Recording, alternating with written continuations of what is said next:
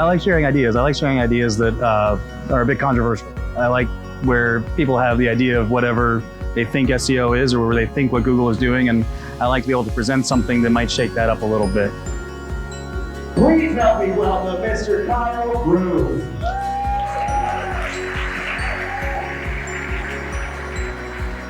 Thales was doing this thing about 600 BC. For perspective, that's about 500 years, or about 150 years before Socrates. He's known as one of the 7 scribes. The 7 scribes were 7 dudes that advanced math, science, or philosophy on their own before Socrates started organizing things. I practiced law for about 4 years in Virginia. I was a trial attorney doing divorce, custody, and support, and I took a year off was the idea. And that year off turned into 5 years where I moved to South Korea, and then I lived in South Korea for 5 years. And while I was there, I started doing web design and development. We were in India at the time, and we ended up getting a shakedown from the police, which effectively all of our employees fled. It kind of folded the business, and so we're hemorrhaging clients.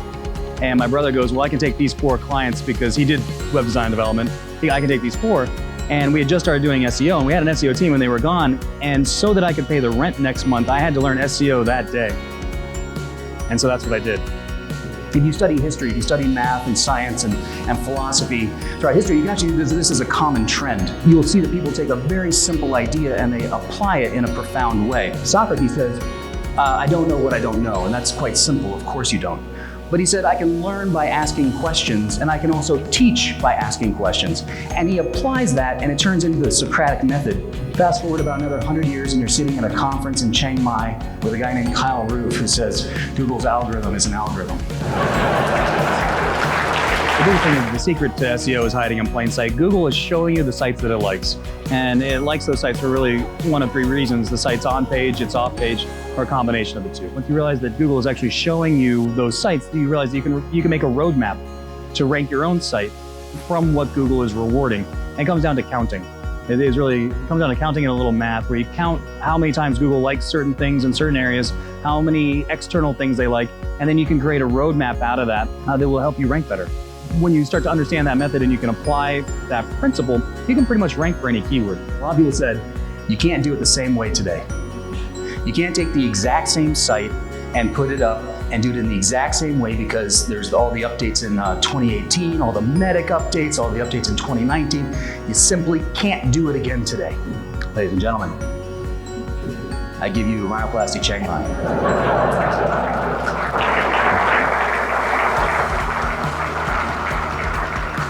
And that's how I do SEO. And that's how I beat Google's algorithm.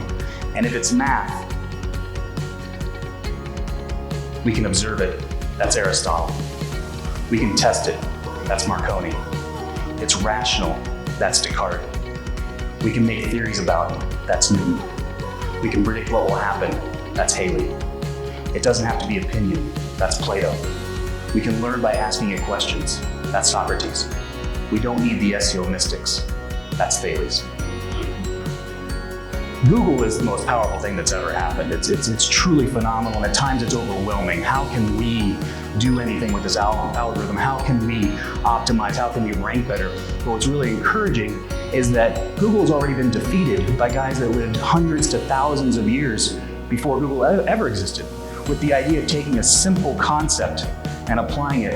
And you can do that too, because Google's algorithm is just an algorithm. I do consider myself a scientist. The guys that I talk about, all my favorite scientists from the 1600s and 1700s, well, some of them had degrees, but a lot of them had law degrees and philosophy degrees, and then they go off and they do science. So I don't think I'm any different. I've got a law degree, I've got a psychology degree, and now I'm doing SEO science. Don't put this in the video.